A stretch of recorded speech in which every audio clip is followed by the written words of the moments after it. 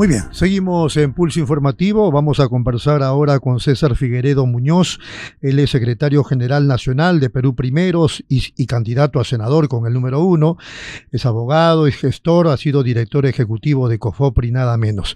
¿Qué tal, César? ¿Cómo está? Buenos días. Rodolfo, un gusto. Hemos tenido la oportunidad de conversar antes, pero la primera vez que vengo a tu casa y de verdad muy contento como siempre, de conversar contigo. Muy bien.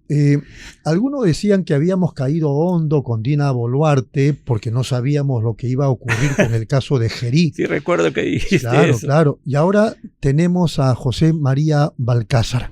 ¿Qué impresión global tiene usted de lo que nos está pasando? Un poco lo conversamos siempre y creo que tu criterio en este punto y tu análisis siempre ha sido bastante acertado. Inclusive lo dijiste sobre Gerí desde el primer día. Gerí era una persona sin currículum, que no había hecho nada en su vida y que de repente por esas coyunturas propias de la política peruana, de la nada, llega a ser presidente, siendo además uno de los congresistas menos votados del Congreso de la República.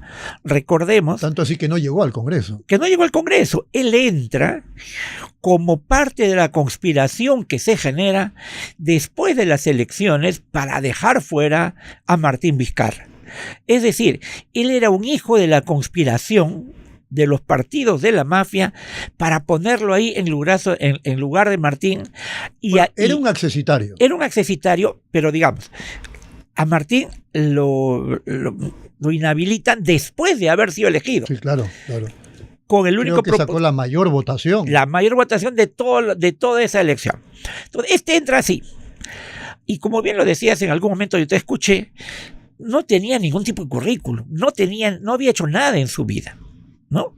Y de repente llega, y claro, como cualquier persona que no ha hecho nada en su vida, el cargo le queda grande. Se obnubila de poder. Yo creo que la droga más grande en el mundo es el poder. El poder te ciega. Y no es que el poder te haga ser otra persona. El poder lo que hace es que te desnuda por completo. Pero ya tenía denuncias como congresista y como presidente de la Comisión de Presupuesto. A medida que fue teniendo más poder, se fue desnudando. El poder te desnuda. El poder te desnuda poco a poco. Y llega un momento en el que mucho poder te desnuda completamente. Y es lo que un poco le sucede a él. El exceso de poder, tener el mayor poder, no lo asume como una responsabilidad, sino lo toma como una oportunidad. Como una oportunidad, no sé si de tener lo que no tuvo, no quiero ser explícito en el asunto, o de hacer lo que nunca pudo. Y entonces comienza a hacer todos estos enredos, así de marimbanas y cosas que nadie entendía, al punto tal que aún para aquellos que lo pusieron en ese sitio que realmente no merecía, comenzó y terminó siendo insostenible. La historia de Gerí pasará por los anales de la propia historia, valga la redundancia, del Perú, como un error garrafal. Pero ahora estamos, como bien decías, en un step ahead, como dicen los gringos, ¿no? Estamos ahora un paso más adelante. ¿Y quién es José María Balcázar? Por lo menos, este señor ha sido presidente de la Corte Superior de Justicia de Lambayeque. Ahora, para ser presidente de una Corte Superior, no cualquiera llega. No, claro. Entonces, por ahí por lo menos tiene 50 céntimos, le podemos dar 50 céntimos de confianza, ¿no? Hoy día en la mañana declaró que no estaba dentro de su agenda indultar a Pedro Castillo. Sí. Veamos. Porque él también llegó con Pedro Castillo, ¿no? Veamos qué es lo que hace, como digo, un hombre ya mayor, con la ventaja que tiene ser una persona mayor, que ya ve al país hacia atrás y no como para adelante, que ya quieres simplemente llegar a coronar tu vida después de todo lo que hiciste en ella. Hacer historia, se supone, ¿no? Hacer y dejar tu nombre bien parado. Así es. ¿No? Porque tienes conciencia del tiempo. Yo quería plantear lo siguiente. Dina Boluarte, Gerí y el propio Balcázar llegan a la jefatura del Estado en base a una negociación política del Congreso. Absolutamente. Ahora, la negociación política no tiene por qué ser mala. Es que la negociación política de este Congreso es mala per se. y regálame 30 segundos. Cuando los peruanos votamos en el 2021, votamos por la izquierda, votamos por la derecha y votamos por un centro bastante chiquito. Centro derecha, centro izquierda, digamos. Pero ¿qué pasó en este tiempo? Durante los últimos 200 años de historia republicana, el Perú nunca se puso de acuerdo. Nunca nos habíamos puesto de acuerdo. Los azules con los colorados, nunca nos pusimos de acuerdo los realistas con los independentistas, los de arriba con los de abajo, los blancos con los negros. Nunca nos habíamos puesto de acuerdo a la izquierda y la derecha. Hasta hoy. Hasta este Congreso, donde de una manera increíble la derecha y la izquierda se ponen de acuerdo para hacer del país lo que les dio la gana y llevarnos al punto, Rodolfo, en el que estamos hoy y que tú relataste de manera muy explícita, sintáctica, pero muy clara al principio de tu alocución.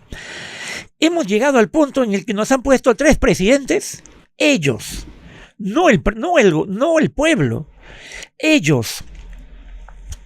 Este contubernio de partidos de derecha y de izquierda que no han hecho otra cosa que autobeneficiarse, que no han hecho otra cosa que sacar leyes para que sus propios problemas prescriban, que no han hecho otra cosa que sacar leyes para que sus amigos dejen de pagar impuestos, es decir, para beneficiar a todos aquellos grupos de poder que se han acercado. Y seamos sinceros, sean chinos, japoneses, americanos, cualquiera. Este es quizás, si habíamos tenido congresos malos, este no solamente ha sido malo, sino que además ha sido nefasto. Le ha costado al país miles de millones. Y es por eso también que en una situación como la que estamos, si a alguien no le interesa solucionar el problema de la corrupción y menos el de la delincuencia y la inseguridad, es a este contubernio congresal, porque mientras nosotros nos estamos preocupando de que no nos roben, de que no nos maten, de que no nos pase algo, ellos siguen con su festín de normas. Muy bien, antes que nos gane el tiempo, tenemos que hablar también de Perú Primero. Hablaba de la corrupción y la corrupción ha alcanzado también al partido de algún modo porque el fundador principal está preso por corrupción y el candidato a la presidencia, Mario Vizcarra, fue condenado por corrupción. A ver, vamos por partes. Primero con Martín. Lleguemos a una conclusión para comenzar. Martín tiene una sentencia por mayoría. Por mayoría. Es decir, si bien es cierto, 2 votos dijeron que era culpable, uno de los votos cambió 24 horas antes de ser leído, el otro juez dijo que era inocente y que no había forma de probar todo lo que la fiscalía había planteado. Y no lo dice solamente ese juez. De los 3. También lo dijo Rosa María Palacios, Abanto, que es un abogado muy bueno, pero que decididamente no nos quiere. Y un montón de juristas están más de acuerdo con el voto en discordia que con el voto politizado de los otros 2. Recordemos además que esos 2 que votaron a favor de la sentencia de Martín Vizcarra están yendo a ser ratificados a la Junta Nacional de Justicia que fue nombrada por este Congreso corrupto, por este contubernio político que vive en el Congreso de la República. Así que tomemos las cosas con calma. Yo estoy estoy absolutamente seguro de que esta sentencia va a ser revertida en la Suprema, porque no hay fundamento. Tan es así, es tan ilógico este asunto, inclusive. Y tan forzado el hecho de que él esté cumpliendo una prisión sin que la sentencia esté firme, que si tú has leído... Dicen que él, por lo tanto, todavía es motivo de presunción de inocencia. Él tiene constitucionalmente presunción de inocencia, pero está preso. Pero en el caso del hermano, él sí, sentencia ejecutoriada. Yo te voy a explicar por qué. Cuando Mario yo tengo más de 30 y tantos años en la administración pública. Él, hace 20 años más o menos, él fue nombrado por Paniagua, por Paniagua, de quien nadie puede tener una duda de corrupción, lo nombra presidente del CETAR de Moquegua, algo así como el presidente regional, que en aquellas épocas se nombraba, era un cargo de confianza. Mario llega al cargo de presidente digamos, del gobierno regional de Moquegua, y se da cuenta que su sueldo era, digamos, 1.500 soles. Y como eran 1.500 soles, a todos los presidentes regionales, a los 24 presidentes regionales que había, el PNUD les daba un plus, ¿no? Les daba una asignación excepcional a través del programa de Naciones Unidas para el Desarrollo. Es decir, cobraba 1.200 soles, que era su sueldo, digamos, no recuerdo exactamente, más 600 soles del PNUD. Solo él no. Todos, incluyendo su gerente general y me parece 3 o 4 funcionarios de la alta dirección del gobierno regional. Bueno, para hacer el cuento corto. El único jefe de la Contraloría al que se le ocurre que eso es doble percepción es el de Moquegua. A ninguno de los otros 24 a los que también cobraron se les abrió el proceso por eso. Ojo, solo en Moquegua a él se le ocurre, y en Moquegua, lo sentencian a Mario. ¿Y por qué no apela? Porque él estaba harto. Él agarra y dice, ¿sabes qué? No quiero saber absolutamente nada de esto. Y lo sentencian, es más, y está en las actas, te prometo que te puedo traer, él dice, lo sentencian a que no vuelva a trabajar para el sector público inhabilitado por 2 años. ¿Tiene algo que decir? Él dice, sí, no me ponga 2 años, póngame 20 años. Yo no pienso volver en mi vida a trabajar al Estado. Yo he dejado toda mi actividad privada para venir a trabajar por mi tierra y mire lo que pasa. Eso consta en actas. Consta en acta. Pero ¿qué pasa? En esa misma sentencia, lo sentencian a los otros 4, porque eran 5 sentenciados. ¿Qué crees? A los otros 4 los absolvieron exactamente del mismo delito, por haber cobrado doble percepción del Estado, supuestamente. Y claro, en la superior le dicen, oiga, esto no es doble percepción, ¿no? Porque además que a todos lo han hecho, esto tiene una fuente y el otro tiene otra fuente. Todos los demás fueron absueltos. ¿A qué es lo que voy? Absueltos porque apelaron. Absueltos por la que apelaron. Es que Mario jamás pensó en su vida volver a la administración pública. Y una cosa más, o sea, a Mario no se le acusa de haber conversado con un contratista para que le diga dame 100 soles, o haberse llevado la camioneta para que lo lleve a su casa, nada.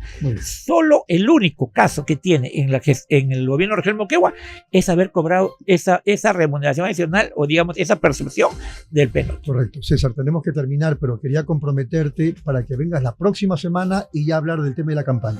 Con todo gusto, un gusto siempre hablar contigo y nada, para siempre. Un abrazo. Muchas gracias. Vamos a la pausa, regresamos.